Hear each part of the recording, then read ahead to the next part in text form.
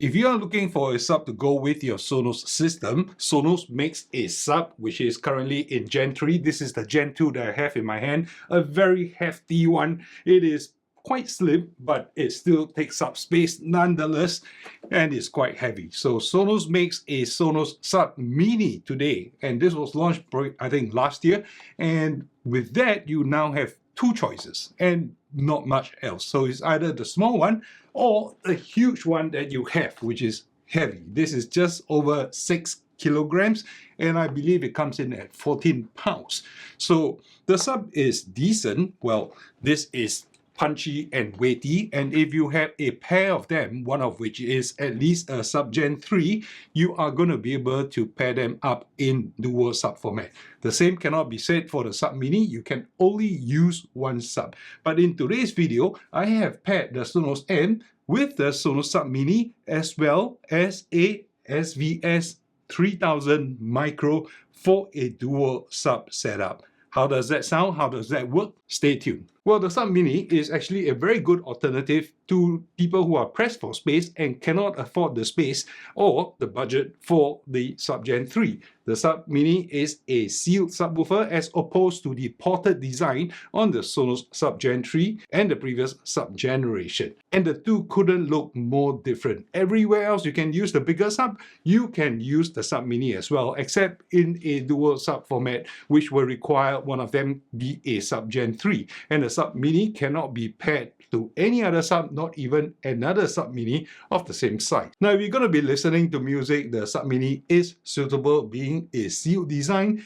The bass is actually a lot smoother. It's not as punchy, not as strong. But if you're going for a home theater setup and you need the impact, you would probably go for the Sub Gen 3. And if you're going to go for the Sub Gen 3, you can actually go for broke and have two subs in the same system. So for most Sonos user, this is where your sub journey will begin and end, either the small sub or the regular size sub.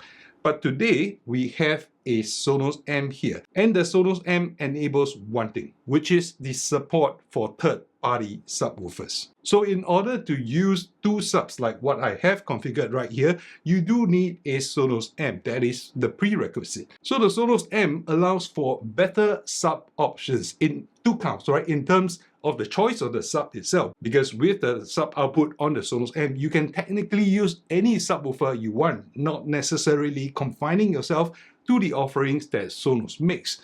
And second, even within the sub menu itself, it enables more functionality and more control over the sub output. It is still not a lot of control, but some control nonetheless. So you are able to adjust crossover even when it's paired with the Sub Mini. Why is that so? Because you could be driving speakers that Sonos doesn't know about. Sonos doesn't know if it is a big speaker which is capable of going very low, and Sonos doesn't know if it is a small tiny satellite speaker which will require the Sub Mini to take over more of the bass frequency, maybe right up to about 110 Hz. So this is the amount of control that Sonos will allow you through the Sonos Amp. And of course, the Sonos Amp allows for line in, which means to say you can plug in any source. And in my previous video, which I've done, I will probably link it right up here, you will see how I've linked it up together with the PC that I'm using for gaming. The other control that the Sonos Amp allows for sub control is the phase output. So the phase control is either 0 degree or 180 degrees and nothing in between.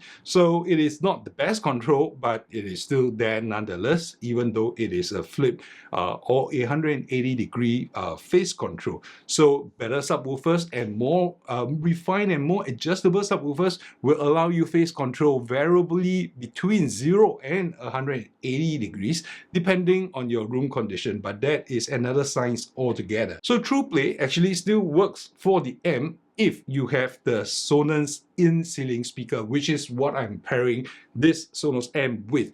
With the Sonos in-ceiling speaker, you are able to put through a sound, is able to detect this architectural speaker, and TruePlay will happen. Now, when it's connected with a third-party sub, note that TruePlay is only going to tune your Sonos speakers and not the third-party sub. It does tune for the Sub Mini though, or the Sub Gen 3 if it is paired with one. So to get to the meat of today's video, I'm going to talk about the differences between the Sub Mini as well as the SVS 3000 micro. Now, SVS is a great company. They are known for putting out some serious and solid subwoofers, some of which are 4 feet high, or they go up to 16-inch drivers. But this is a micro, right? So it's not that big a driver. So I'll go through bit by bit. Let's talk about size. Size is evident. The Sub Mini up here is slightly taller, and this is the only dimension that it is exceeding a foot. Whereas for the micro, in almost all dimensions, it is less than a foot. Now, in terms of the footprint that it's going to take up, of course, the cylindrical shape is going to take up a smaller footprint, given that it is just this size, as opposed to the SVS Micro, which is going to take up slightly more room, but in a square format. So the finishing on this is plastic, and this is MDF wood. Now, if you're looking for quality, then of course the SVS 3000 Micro is going to be slightly better built quality. Now, in terms of weight, the SVS Micro is about 22.5 pounds, which exceeds 10 kilograms, whereas the Sonos is only coming in at about 14 pounds, which is 6.35 kg. And everybody will want to know how low this goes, all right? Low as in the base output, how many hertz it goes down to. The SVS Micro 3000 Micro goes down to 23 hertz, whereas Sonos advertises the Sub Mini to go down to 25 hertz.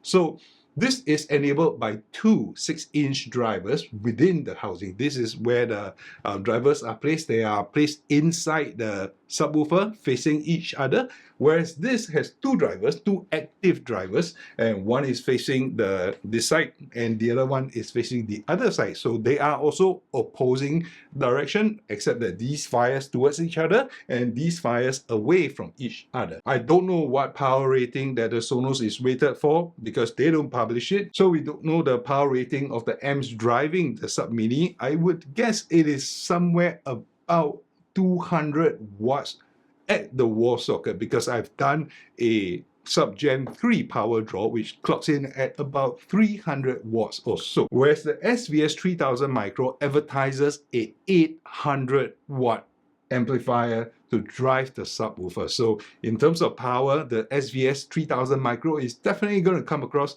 as a little bit more powerful. Now, one very important thing to note is that this sub, the Sonos Sub Mini, is completely wireless. Well, it needs a wire, which is basically the power cable, and that is all you need. It accepts Ethernet ports, so you can use that, but there are no other ports on it. Whereas on the SVS 3000 Micro, you have the power cable, you have the line in, you have the line out jacks, you have plenty of sockets. There are quite a few other things, and there are onboard controls. Maybe just let me swing around, or let me just take a photo so that I can show you how it all looks like. Well, as you can tell, when you wire things up this way, wires get in the way, so it's no longer a true wireless system. That's why I'm not wearing my wireless audiophile t-shirt today. Well, it's in the laundry. So of course, being locked into the ecosystem would mean that the Sonos Sub can only be used with Sonos devices. You are not able to connect this Sub to any other setup that you have at home, whichever brand, whichever home theater, well, unless it's a Sonos. Whereas the SVS 3000 Micro is a pure third-party sub on its own, and you are able to hook it up to any number of systems, and the inputs are actually quite flexible. It has line in as well, so you can actually connect the line in to an output device from any other device, right? And you will then be able to pass through the signal after cutting off the low frequency effect signals and pass it on to another amplifier. But that is not the connection that I'm going to recommend. I'll talk about the connection in just a little bit. Now, the other thing is that the controls for the SVS, they come in through another app. So you have to actually control the SVS 3000 Micro with another app. So if you're afraid of controlling too many apps, maybe that's not the way you want to go. But that app allows for some seriously funky stuff to be done. Every aspect of the SVS 3000 Micro can be controlled via the app, including a 3-band parametric EQ, which allows you to control the exact frequency down to 1 Hz as well as the Q factor on how much of the frequency range you're going to affect and the amplitude that you are affecting. So very, very configurable, the SVS 3000 Micro. Now we have to talk about the price a little bit, right? The amp itself, the Sonos Amp, is going to cost about $700 on its own. I paired it up with a pair of Sonos in-ceiling speakers, and these speakers are kick-ass. They are really, really good, but the problem is that they cost $660. So that in itself, this combination of the amp driving the Sonos ceiling speakers, they are going to cost you in excess of $1,300 already, and I'm all talking about US dollars. Now the Sub Mini is a wonderful sub and the performance is good. Why? Because it is just priced at $429, and this is in contrast with the SVS 3000 Micro. The SVS 3000 Micro is clocking in at $900. You're actually going to be paying a bit for the price. SVS makes a SB1000. I think there is SB1000 Pro now, which is just about $500. If you don't need the small size of the SVS 3000 Micro, the SB1000 Pro is actually a very good buy at just about $500, a little bit more than the Sub Mini, but the sound output is definitely a lot better. So the pricing wise, for half the price, the Sonos Sub Mini actually performs really quite well. But how well does it perform, and is it pairing together with the Sonos Amp driving the Sonos in-ceiling speakers perfectly? I've got to pull up some frequency response in order to talk about that. So before we go on to compare the frequency response charts for the subwoofers, I will pull up the original, this curve in white here. This is the Sonos Amp driving the Sonos in-ceiling speakers. As you can tell from the hum right at the end, the bass frequency at about 80 hertz or so, 70-80 hertz or so, is actually pumped up pretty high by the Sonos in-ceiling speakers. Now, why I say these are great speakers, they actually sound really big and the bass delivery is actually quite good, as you can tell from there. So evidently, Sonos is doing something for the Sonos Amp. The Sonos Amp has enough power on its own, 125 watts digital Class D amplifiers driving each channel. So they are able to drive the Sonos in-ceiling speakers to crazy depths and crazy volumes. And this is what you can hear. Now, when you pair a pair of subwoofer into this setup, you would expect it to sound better, right? Not so. Let's take a look at this green curve here. Now, in this green curve, you'll see this is the Sonos Amp when it is paired with a Sub Mini. And you'll be wondering and looking at it, scratching my head. When I first saw it, I was like, oh, okay, so the bass output is actually reduced. I thought that the subwoofer was supposed to add more bass, not take away bass. Now, this is the problem, and this is the point that we are all trying to make right here. Adding more, spending more doesn't mean you are going to get better sound. The Sonos in-ceiling speakers, they are phenomenal for the price already, and they are actually putting out quite a lot of bass. It's so much bass that when you introduce a subwoofer to it, and there's a crossover. So what crossover does is that it cuts away the frequency signals, the low frequency signals, from the Sonos in-ceiling speakers. So the Sonos in-ceiling speakers are no longer playing the lower frequencies, and it hands over those low frequency duties to the Sub Mini. And when it is tested at stock position, that means to say I did not increase the sub output by adding sub plus 10 plus 15. This is how it looks like. The green curve actually shows that the bass from the subwoofer is not keeping up with the Sonos in-ceiling speakers. So you got to be careful when you are trying to spend money and when you're trying to add things to your system and hoping and thinking that it will actually sound better. It doesn't always work that way. So next, what I did was I unpaired the Sub Mini and look at this curve here in orange. This orange curve is when the amp is actually paired together with a SVS 3000 Micro. And right to the far left corner of the curve, you'll see that the SVS 3000 Micro is actually putting out a lot of bass, so much more bass than either the Sonos Amp is capable of delivering on its own with the Sonos in-ceiling speakers or with the Sub Mini. But what happens is that the higher range of the bass, which is at about 70-80 hertz or so, it doesn't reach the same level. Now, this has got to do with the crossover. The crossover is currently set about 80 hertz. So everything below 80 Hz is actually cut off from the Sonos in-ceiling speakers and passed through to the subwoofers, and the subwoofers will then pick up from there. So that's why you see a slight dip in the 80 Hz region for this orange curve. And neither one of this speaker is going to be keeping up in that particular region, but the SVS 3000 micro is actually putting out a lot of bass from below 50 Hz or so. So the Sonos in-ceiling speakers, they're rated to go down to 44 Hz. So technically you could cut it off at about 45 or maybe a 50 Hz or so. The crossover point you can set within the Sonos app, but all these configurations and testing, it requires a little bit of trial and error. It requires some knowledge about how these things work. So if you're interested in that, maybe we should cover that in another video. But right off the bat, when you take these home, this is the stock setting that I'm testing them with. And the SVS 3000 micro is going to sound a lot better than the Sonos Sub Mini. At least it doesn't look like it's pulling down the entire bass output from the Sonos Amp. Now I'm going to remove all the curves and leave the green curve there with a red curve. So remember what the green curve is. The green curve is the amp with the Sub Mini, and the red curve is the amp with both the Sub Mini as well as the SVS 3000 micro. And yes, you can do it. So when you pair the Sub Mini with the amp, it is the first amp, and you plug in the cable to connect both the amp as well as the SVS 3000 micro, the amp will actually output both signals. So you are going to get bass from the Sub Mini as well as going to get bass from the SVS 3000 micro. And when that happens, the red curve resolves. Now this red curve that we have here, you can tell that everything is actually better, everything is higher, and the dip at 100 Hz is actually being recovered just a little bit better. So you're going to get enhanced bass output from this setup here.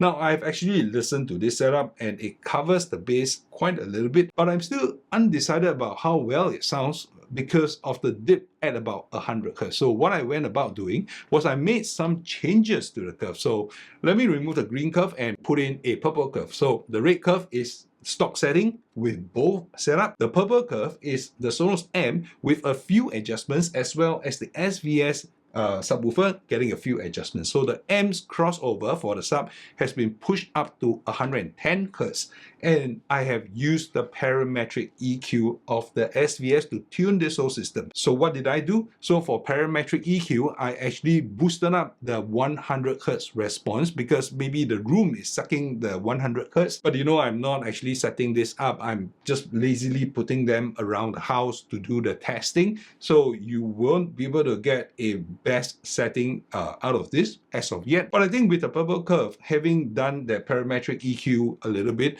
I was able to smooth out the response from about 100 Hz range, so you don't get the dip at 100 Hz range. So you're not going to get a hole in your music, especially in the bass department. Now, when you use the SVS 3000 micro, there are a couple of things that you need to take note of. So remember, I spoke about the app, right? So SVS is the app, or you could actually control everything from the back panel as well. There are some buttons behind which you can control without the app, but using the app is a lot easier. And of course, on the back panel, you won't be able to control the parametric EQ. You still need the app. So that means there's another app to fiddle with. So you have one which is the Sonos S2 app, and then you have the SVS app to play around with, and the phase and the timing and the crossover. So the phase control, you have to be careful because you don't want to be setting phase control on the Sonos Amp only to have it inverted again in your SVS app.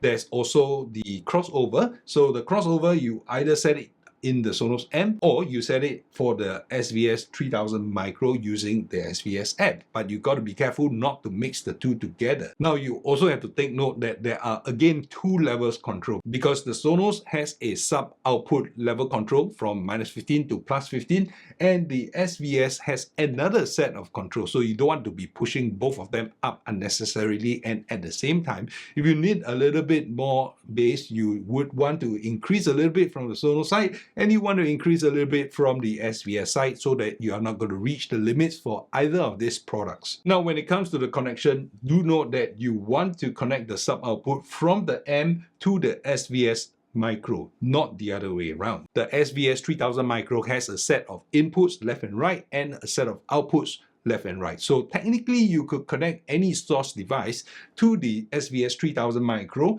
and have it line out into the amp. But when you do that, the amp will actually introduce a delay, and then the sound signals are not going to be in sync. So the best way is to have the sound signal come in through the Sonos amp and then have the sub output from the sub output port on the Sonos amp to go to the SVS 3000 micro. In that way, both will be in sync and you're not going to have a phase issue.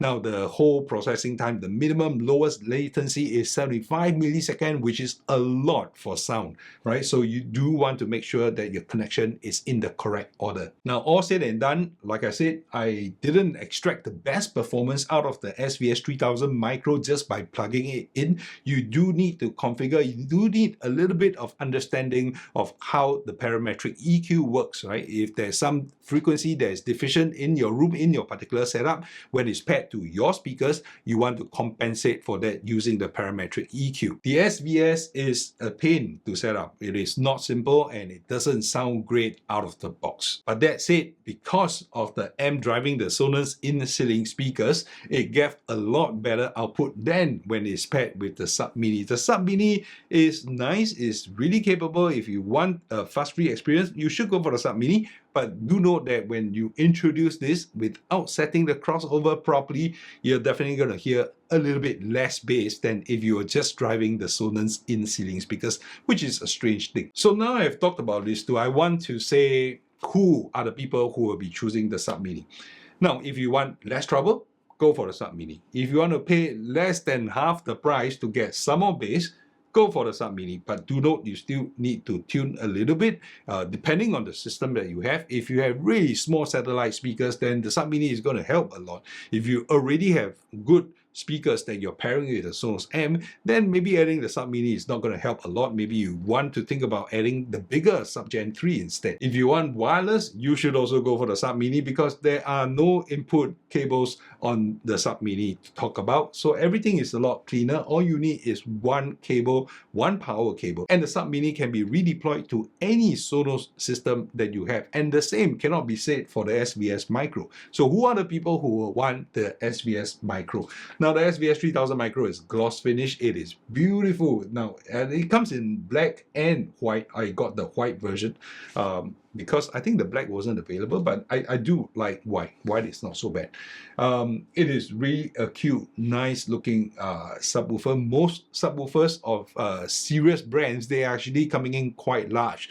So people will want a 10-inch, 12-inch driver at the very bare minimum. Very few people produce good subwoofers with 8-inch drivers. And if you really want deep bass, you really have to look at a third-party sub like the SVS 3000 Micro. If you know how to use the parametric EQ, if you know how to control the phase and the timing and everything of a sub, you go for the SVS 3000 Micro. It gives you way deeper controls than with the Sonos Sub on its own. Now, the Sonos Amp, a couple of years back, they actually had some problems with the subwoofer output in the sense that the levels were so low that you could hardly hear anything, and you got to pump up the bass output from the sub output control quite a bit before you hear anything. That problem has since been fixed, I think, since about last year or the year before even. Now it's 2023. You will get any sub to work well with the Sonos Amp. So that said, you can probably get something about $400 or $500, which you will spend on the Sub Mini anyway,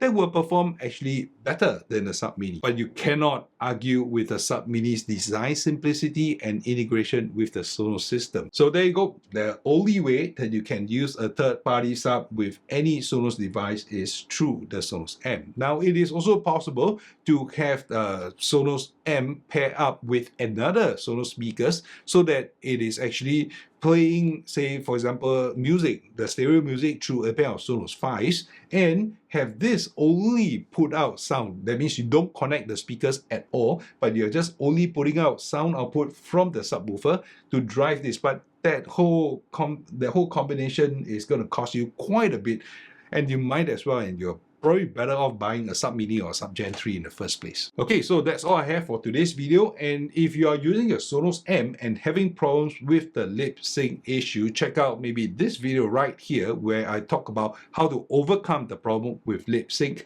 If you want more detailed review of the Sonos Sub Mini, check out the other video I have right here, and I'll see you over in one of those videos.